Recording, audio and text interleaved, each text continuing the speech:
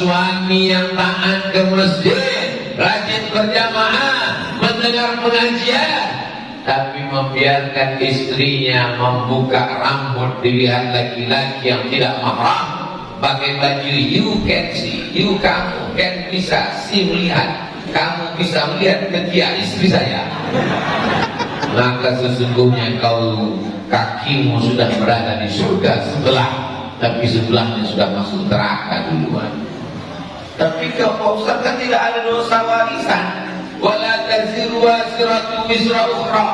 Istri tidak mewarisi dosa suami, suami tidak mewarisi dosa istri. Kita menghadap Allah kan bawa dosa masing-masing. Betul. Tapi laki-laki diberikan tanggung jawab. Ar-rijalu qawwamuna 'alan nisa.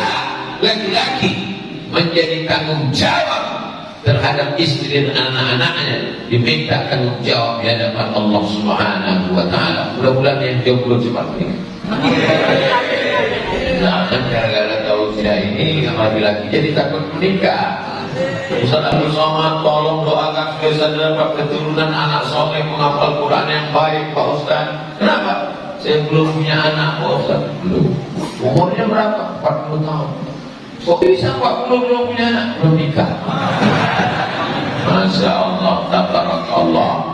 Begitu Allah memberikan kemudahan kepada manusia untuk beribadah. Apa itu? Man tazawwaja, siapa yang menikah, faqad istakmala nisfal iman, dia sudah menyempurnakan setengah imannya. Sehebat-hebatnya laki-laki, walaupun sholat berjamaahnya tidak tinggal, walaupun hafal Quran, imannya masih setengah. Kalau dia belum menikah, begitu dia sudah menikah, maka imannya langsung komplit 100%. Laki-laki yang belum bertakwa, kalau dia menikah, imannya sudah 50%. Bagaimana menyempurnakannya? Falyattaqillaha fil nisfil baqi, maka sempurnakanlah setengahnya lagi dengan bertakwa kepada Allah. Jadi sempurnanya iman itu 50%-nya nikah, 50%-nya takwa. Begitu yang benar. Di banyak juga sebagian lagi, iman itu sempurna, 50%-nya nikah, yang 50% nikah lagi. Lihatlah Bu, mereka tersini. Kalau cuma mancing itu, dia nggak tahu istrinya streaming dari atas.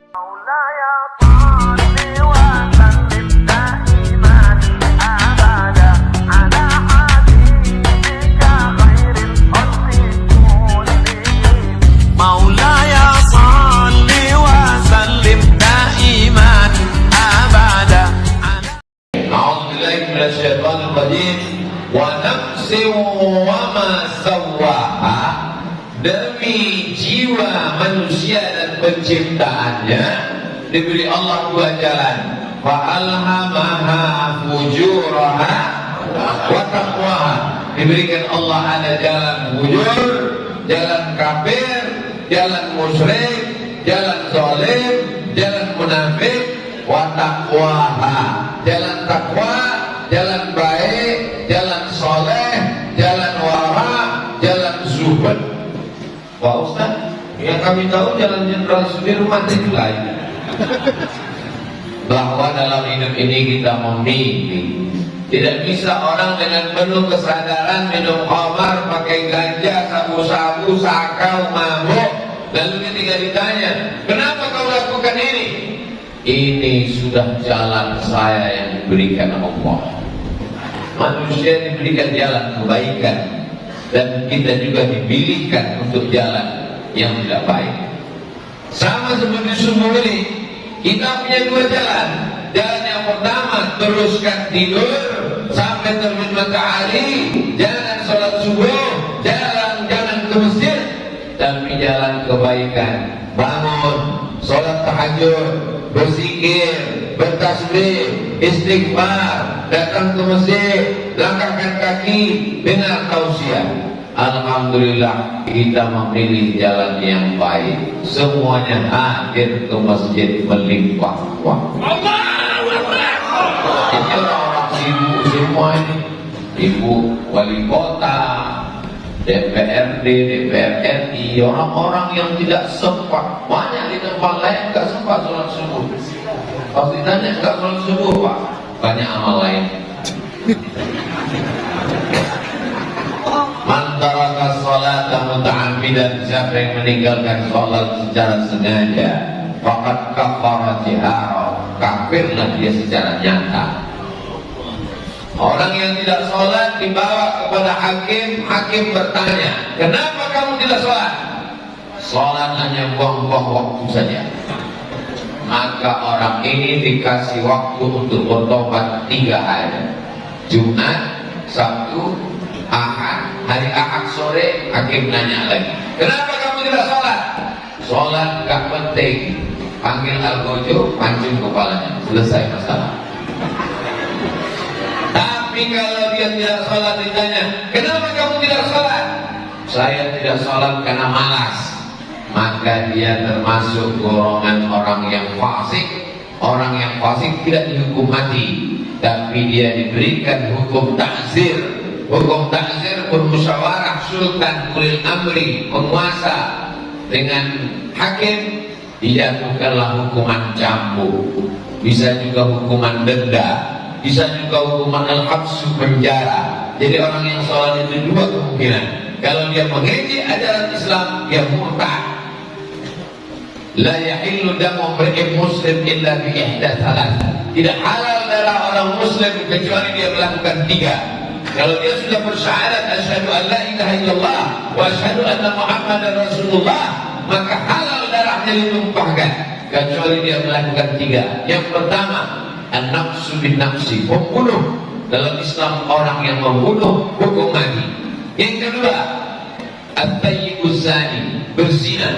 Sudah punya istri, sudah punya suami, berzina dengan orang lain, maka ditanam badannya setengah, dilempar batu pakai sampai mati. Asy-syaikhu wasy-syaikatu idza zanaya, laki-laki perempuan kalau sudah menikah berzina, farjumuhum al-battah, rajam, lempar batu sampai mati.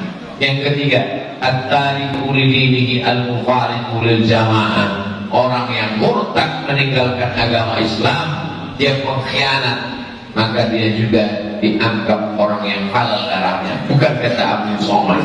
Kenapa Ustaz Abu Somad ini biasanya kami lihat kalau ceramah YouTube itu slow, nyantai, ini kok selalu tegang sekali? Karena juga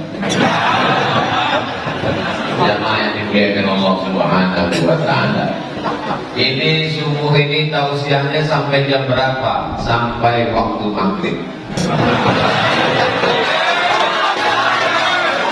Tadi ada bima, waktu sholat bima, maghribnya jam berapa? Maghrib waktu bima itu jam 18:03. Berarti kita pengajiannya sampai jam 6:03. Habis itu kita sholat sunat isyraq 2 rakaat. Dalilnya hadis dalam kitab Sunan At-Tirmidzi, man sholat subha fi jama'atin, siapa yang sholat subuh berjamaah, summa qa'ada yadhkurullah, habis sholat subuh jangan pulang ke rumah, duduk berzikir mengingat Allah. Jadi dalam hadis itu disebut duduk, bukan berdiri. Kenapa berdiri? Karena nggak dapat tempat duduk. Summa yusalli rak'ataini, setelah terbit matahari, hatta tatlu asyam, sampai terbit matahari. Summa yusalli rak'ataini, salat sunnah 2 rakaat. Bagi yang pakai usolli sunnat al-isyraq rak'ataini lillahi ta'ala. Bagi yang nggak pakai usolli, niat saja di dalam hati, Allahu Akbar. Ayatnya nggak ditentukan, bebas. Qul huwallahu Pak Ustaz, bagus, afdal. Lalu setelah itu apa yang diperoleh? Kanat lahu ka'ajri hajjatin wa umrah, dapat pahala seperti haji dan umrah. Tamah, sempurna. Saya tidak mau kalau hadisnya dhaif Pak Ustaz, hadisnya hasan. Kata siapa? Kata Imam Tirmidzi. Dalam kitab apa? Dalam kitab Sunan At-Tirmidzi. Imam Tirmidzi itu siapa? Muridnya Imam Al-Bukhari. Imam Bukhari itu siapa?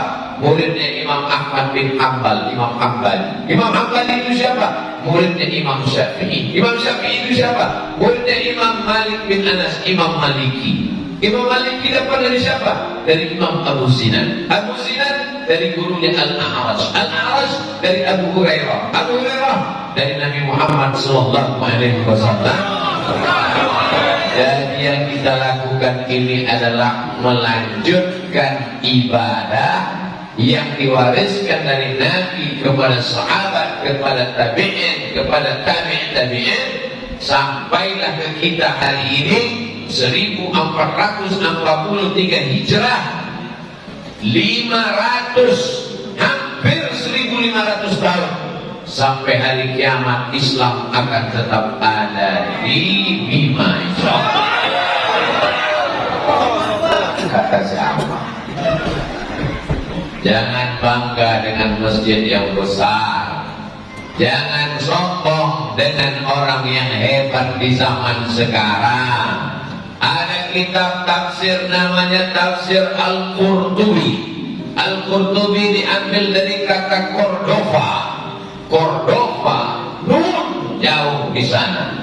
Mesir, Libya, Tunisia, Aljazair, Maroko, laut Samudra Atlantik, nyebrang ke atas, naik masuk ke Andalusia. Salah satu kotanya bernama Cordova. Ada seorang ulama yang kitabnya selalu dikaji. Nama kitabnya Al-Hikam, isinya hikmah-hikmah. Nama penulisnya Imam Ibn Athaillah As-Sakandari. Dia punya guru, nama gurunya Imam Abul Abbas Al-Mursi. Mursi diambil dari kota Mursia. Mursia juga ada di Andalusia. Ulama-ulama besar. Imam Ibn Arabi terusir lari ke Damaskus. Asalnya juga adalah Andalusia. Kalau saya sebut Andalusia, Andalusia dekat Indonesia, jauh. Andalusia itu di mana Pak Ustaz? Andalusia dia tidak tahu. Tapi kalau Real Madrid, Barcelona dia tahu. Spanyol guys. Begitulah negeri yang hebat itu, yang membawa Islam ke sana. Siapa namanya? Tariq bin Ziyad. Kalau kita mengenal ada orang Barat menyebut Gibraltar. Ketika umat Islam menyeberang dari Afrika Utara, lalu kemudian mereka melewati selat, ada bukit. Bukit itu disebut dengan Jabal Tariq. Jabal Bukit Tariq, bukitnya Tariq bin Ziyad. Orang Barat susah menyebut Jabal Tariq, mereka menyebutnya selat Gibraltar. 700 tahun Islam berkuasa. Masjidnya megah, cantik dan indah. Ulama-ulama besar ada, tapi hanya sekedar masa lalu.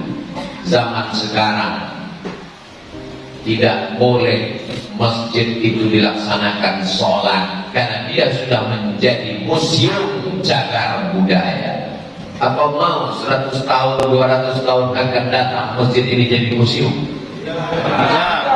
Kaligrafinya tetap ada, lampu-lampunya tetap ada, tapi azan tidak boleh. Bapak Ibu bisa bayangkan ada polisi dan tentara menjaga masjid, bukan menjaga dari kerusuhan, tapi menjaga forbidden for praying, dilarang sholat.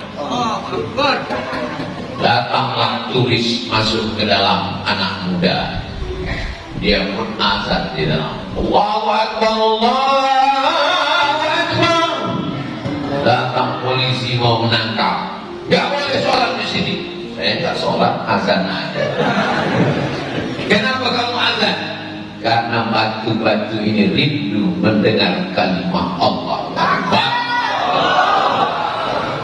Kita menjadi mundur, masjid kita menjadi hancur, anak muda kita tidak sholat. Jangan salahkan orang lain, salahnya adalah kita karena tidak mewariskan agama Islam. Makanya anak yang lahir itu dibisikkan ke telinganya. Walaupun orang Bima mau sekolah anaknya S2, S3 ke Jepang, Amerika, Eropa, tidak ada orang Bima ketika anaknya lahir dibisikkan ke telinga, nanti kau kirim S3 ke Jepang. yang dia bisikan adalah asyhadu an la ilaha illallah. Mudah-mudahan anak cucu kita sampai hari kiamat tetap dalam la ilaha illallah Muhammadur Rasulullah sallallahu alaihi wasallam. Kalimat haqqin 'alaiha nahya, dengan itu kita hidup, wa 'alaiha namutu, dengan itu kita mati, wa biha nub'atsu, dengan itu juga nanti kita akan dibangkitkan di padang mahsyar insyaallah. Kullukum ra'in, setiap kamu adalah pemimpin, wa kullukum mas'ulun, semua kamu akan ditanya di hadapan Allah ar-ra'iyati, tentang kepemimpinan kamu. Saya bukan wali kota, saya bukan DPR RI, saya bukan DPRD, saya bukan wali kelas, saya bukan wali murid, saya hanya kepala rumah tangga Pak Ustaz. Satu orang kepala rumah tangga punya rakyat. Siapa rakyatnya? Istri dan anaknya. Saya Pak Ustaz sama rakyat yang satu itu pun saya takut juga. Mati aja.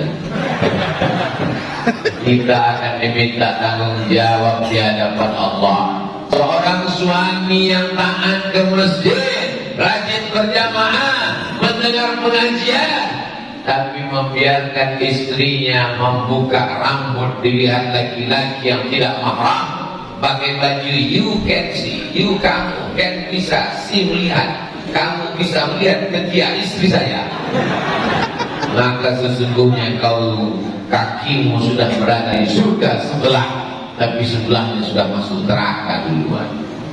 Tapi kalau Ustaz kan tidak ada dosa warisan. Wala taziru waziratu wizra ukhra. Istri tidak mewarisi dosa suami, suami tidak mewarisi dosa istri. Kita menghadap Allah kan bawa dosa masing-masing. Betul. Tapi laki-laki diberikan tanggung jawab. Ar-rijalu qawwamuna 'alan nisa. Laki-laki menjadi tanggung jawab terhadap istri dan anak-anaknya, diminta tanggung jawab di hadapan Allah Subhanahu wa taala. Mudah-mudahan yang jomblo cepat ini. Jangan gara-gara tausiah ini yang laki-laki jadi takut menikah. Ustaz Abdul Somad, tolong doakan supaya saya dapat keturunan anak soleh menghafal Quran yang baik Pak Ustaz. Kenapa? Saya belum punya anak Pak Ustaz. Belum. Umurnya berapa? 40 tahun. Kok bisa 40 belum punya anak? Belum nikah. Masya Allah, tabarakallah.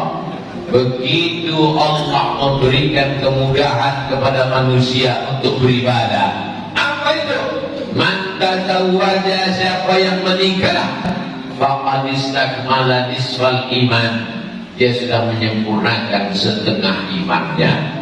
Sehebat-hebatnya laki-laki, walaupun sholat berjamaahnya tidak tinggal, walaupun hafal Quran, imannya masih setengah.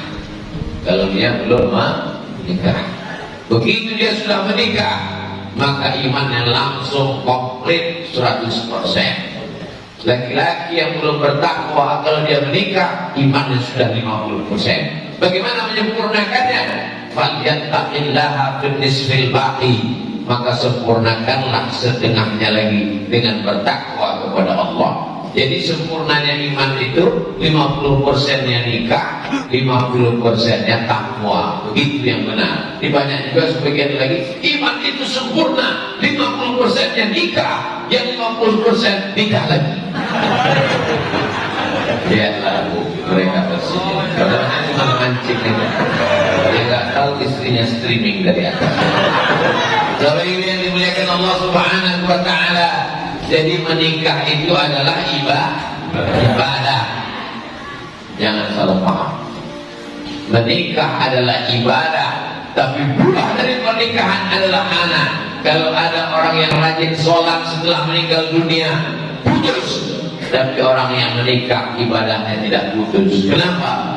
Karena anak-anaknya akan menjadi anak-anak yang Rabbi habli minas sholihin. Ini yang sholat subuh ini, almarhum bapaknya, almarhumah ibunya, bapak ibunya masih hidup, almarhum kakeknya, almarhumah neneknya, mendapatkan pahala dari cucu-cucunya. Itulah mengapa orang selalu berdoa pagi, petang, siang dan malam, Rabbi habli minas sholihin. Apalagi ini negerinya orang-orang penghafal Quran, negerinya para qari, orang yang mengajarkan Al-Quran. Orang yang paling mulia di antara kita bukan orang yang dapat jabatan. Makanya kalau pengajian di kantor bisa jelas ini kursi pejabat orang kaya. Tapi kalau di masjid yang dapat kursi cuma satu, Abu Somad. Tapi kursi ini pun tidak lama, hanya sampai selesai pengajian. Kalau sudah selesai pengajian, Ustaz pun akan berdiri meninggalkan kursi, kursi pun diletakkan kembali ke gudang. Tidak ada yang bisa kekal abadi di atas ini. Andai selesai pengajian Ustaz Somad tetap bertahan di sini, panitia dan pengawalnya akan membisikkan ke telinga, Ustaz, acara sudah selesai. Semua akan berakhir pada masanya. Kita akan menghadap Allah membawa amal ibadah. Yauma la yanfa'u malun, hari itu tak ada gunanya harta, wala banun, tak ada gunanya anak, illa man atallah, kecuali orang yang datang menghadap Allah biqalbin salim, dengan hati yang salim. Datang ibu-ibu di atas, alhamdulillah Pak Ustaz, saya sudah dapat. Loh, kok tahu? Nama suami saya Pak Salim. Biqalbin salim, dengan hati yang salim, bersih dari hasad, bersih dari dengki, bersih dari dendam kesumat. Dan insya Allah yang hadir subuh ini semua hatinya bersih. Amin. Yang pejabat tidak kelihatan jabatannya, yang orang kaya tidak kelihatan hartanya, yang orang hebat tidak kelihatan kehebatannya, semuanya sama masuk ke dalam masjid, menempelkan keningnya ke lantai tempat yang diinjak-injak tapak kaki. Allahu Akbar. Gak ada mentang-mentang pejabat lalu pas sujud tadi ditempelkannya ke tiang. Allahu Akbar.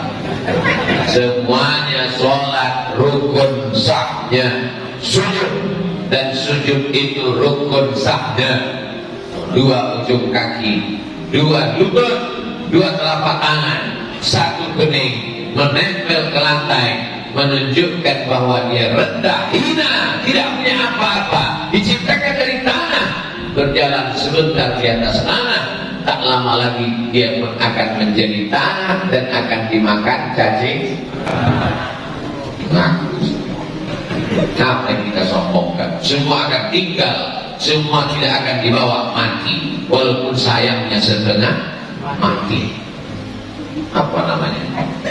Sambolo. Sambolo, kesayangan dari Bima akan dibawa pulang ke Riau, akan ditunjukkan ke anak cucu, ditulis, dimasukkan ke lemari kaca, ditulis Sambolo dari Bima. Baju juga begitu, akan menjadi souvenir, diletakkan di rumah jadi museum. Tamu-tamu yang datang akan melihat, oh ini pakaian almarhum Abdul Somad di Bima.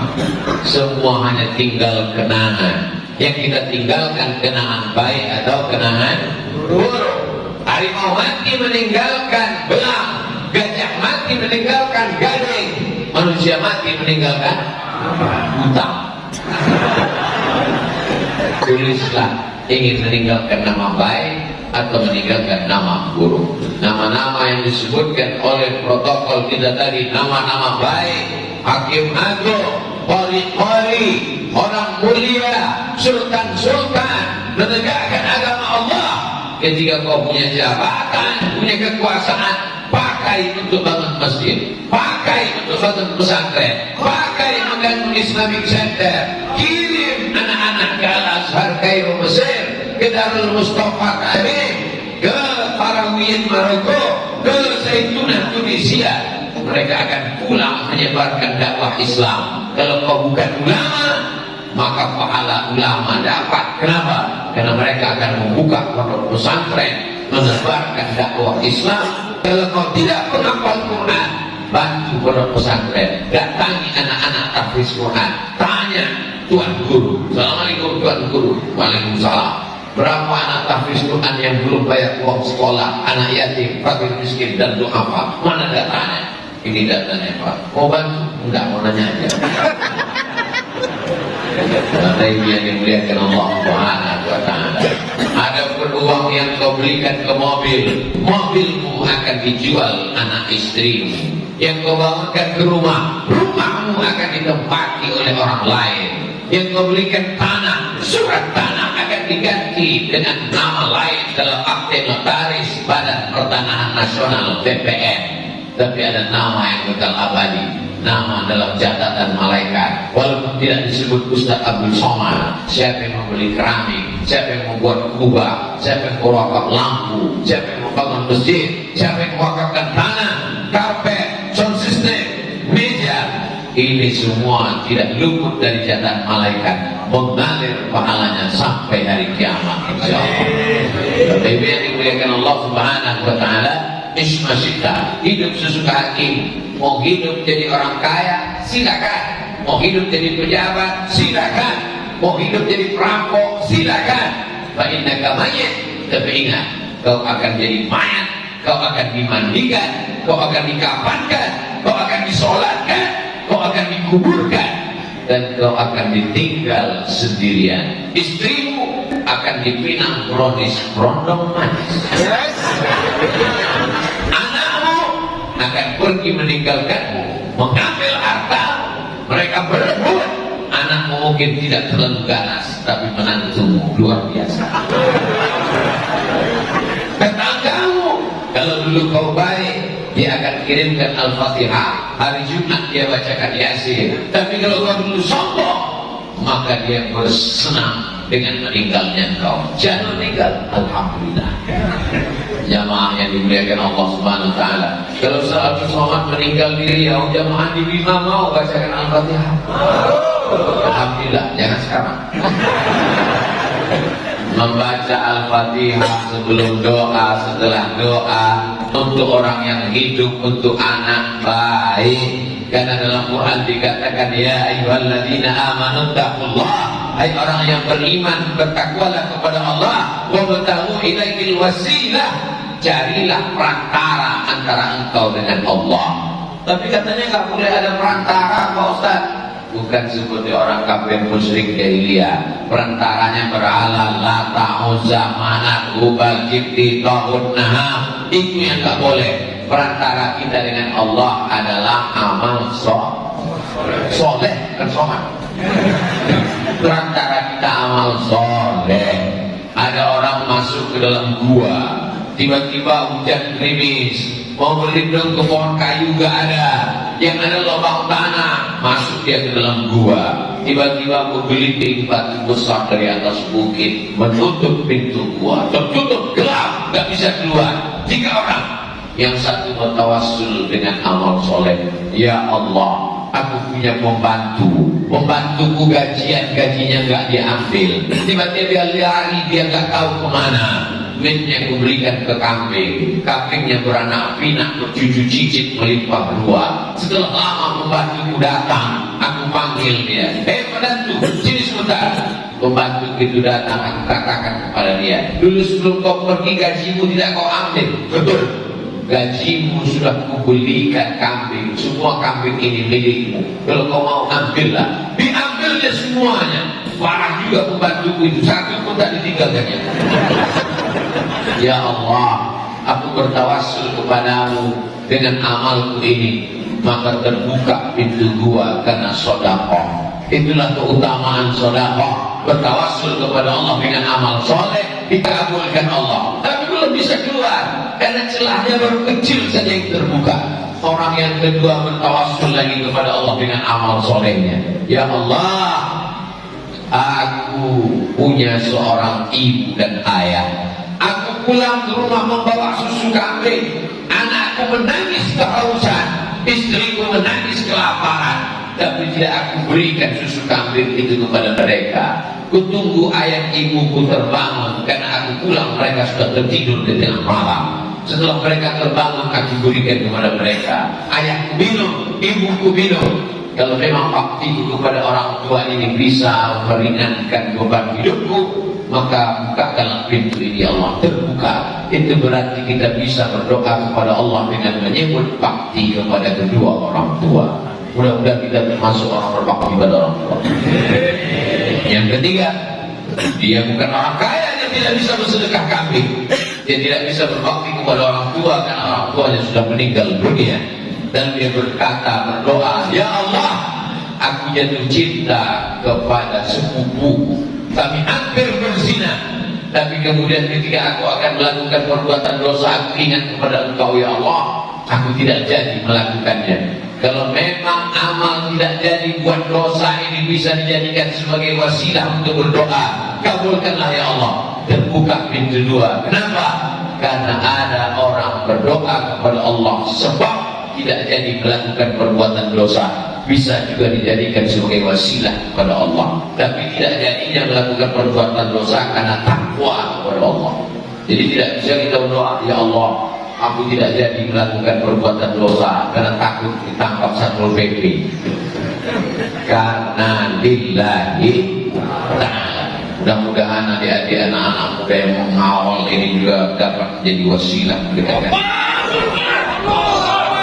Insyaallah dengarkan dia akan lari setan-setan. Ustaz Somad dalilnya mana? Kalau berteriak Allah Akbar itu setan lari. Hadisnya jelas dalam Sahih Bukhari. Ketika azan dikumandangkan, Allahu Akbar, Allahu Akbar, setan lari wa alaiha duratun sampai tergedut-gedut. Itu dalil bahwa setan itu gedut. Tapi tidak semua yang gedut setan. Setan lari sampai tergedut-gedut. Itu dalil bahwa kalau takbir berkumandang setan lari. Itu juga dalil bahwa takbir itu mesti suara yang keras. Itu maka anak-anak muda ini bertakbir. Dan saya masuk, dan saya dengar Allah Akbar. Tujuannya apa? Supaya jangan sampai yang menyambut ustaz itu kerasukan setan. Saking cintanya. Setan bisa masuk karena terlalu cinta, setan juga bisa masuk karena terlalu sedih, setan juga bisa masuk kalau terlalu bahagia, kalau melupakan Allah. Maka sertakan Allah dalam setiap senang. Kalau hatimu senang, alhamdulillah. Kalau hatimu susah, inna lillah. Kalau anakmu dipuji, alhamdulillah. Ganteng ya anaknya, alhamdulillah. Doakan dia anak soleh, sertakan Allah. Jadi sekarang banyak orang ketika dipuji, anaknya ganteng ya, siapa dulu bapaknya? Melupakan Allah menyebabkan setan masuk. Makanya doa Nabi untuk cucunya Sayyidina Hasan dan Sayyidina Husain, Mu'izukuma bi kalimatillahi tammati min kulli syaitanin wa hammatin wa min kulli ainin lamma. Aku mohon perlindungan Allah untuk kalian berdua Sayyidina Hasan dan Sayyidina Husain, supaya dijaga Allah dari apa? Min kulli syaitan, dari setan, wa hamma, binatang berbisa, wa min kulli ainin, dari pandangan mata, lamma, yang menyebabkan sesuatu yang dapat mudaratkan dan mencelakakan. Berawal dari mata, melihat orang punya harta, melihat orang punya kuasa, melihat orang punya macam-macam. Saya tidak boleh sebut nama merek mobil, nanti jadi iklan gratis. Jamaah yang dimuliakan Allah Subhanahu wa taala, tidak ada jalan lain kecuali berpegang dengan Islam. Ya ayyuhalladzina amanu, hai orang beriman, hai orang yang percaya bahwa dia akan mati menghadap Allah. Ittaqullah, takutlah kalau kau mati menghadap Allah. Apa yang akan kau bawa? Haqqa tuqatih, sebenar-benar takwa. Wala tamutunna illa wa antum, janganlah kamu mati melainkan kamu mati dalam keadaan muslim. Kita mau mati mulutnya mengucapkan sakaratul maut, la ilaha illallah. Kan mudah mengucapkan la ilaha illallah itu Pak Ustaz. Paling mudah mengucapkan la ilaha illallah. Lebih mudah mengucapkan la ilaha illallah daripada mengucapkan Abdul Somad. Abdul Somad, bibirnya 3 kali rapat. Abdul Somad. Tapi kalau mengucapkan la ilaha illallah, gak perlu bibirnya rapat. La ilaha. Kenapa ucapan yang paling ringan adalah la ilaha illallah? Karena mati adalah sangat yang paling berat. Makanya kita selalu mengucapkan Allahumma hawwin alaina fi sakaratil maut. Ringankan kami waktu sakaratul maut. Ucapannya ringan, tapi tak semua orang bisa mengucapkannya. Makanya kita mesti ditolong orang lain. Laqino mau takut, talqinkan orang yang mau mati itu ke telinga sebelah kanan. La ilaha illallah. Kenapa ditalqinkan? Karena berat, godaan yang luar biasa. Mudah-mudahan kita ringan sakaratul maut. Jangan sangka, Ustaz Abdul Somad kan ustaz. Dia sakaratul maut itu. Nanti kalau ada jamaah yang mau ngajar, kira-kira kalau Ustaz Abdul Somad mau meninggal dunia diajarnya setelah qiyamul talqin atau tidak? Tetap diajar. Jangan sampai nanti ada anak muda yang musikan la ilaha illallah. Ustaz Abdul Somad gak usah diajari, dia udah tahu bacaannya. Siapapun itu sunnahnya tetap dibisikkan la ilaha illallah. Supaya apa? Karena ringannya adalah dengan pertolongan. La tuqra'u fi amrin asir. Kalau surat ini dibacakan pada perkara yang sulit, illa yassarallah. Kata Imam Abdul Fida Ismail bin Katsir dalam muqaddimah surat Yasin. Kalau surat ini dibacakan pada perkara yang sulit, perkara yang susah, dimudahkan Allah. Maksudnya adalah membacakan Yasin ketika orang sedang sakaratul maut. Itu dulu. Sekarang orang mau meninggal di depan TikTok. Anak-anaknya streaming. Hai guys, bapak saya mau mati. Tapi kalau kita istiqomah pengajian subuh ini, insya Allah kita semua diberikan husnul khotimah.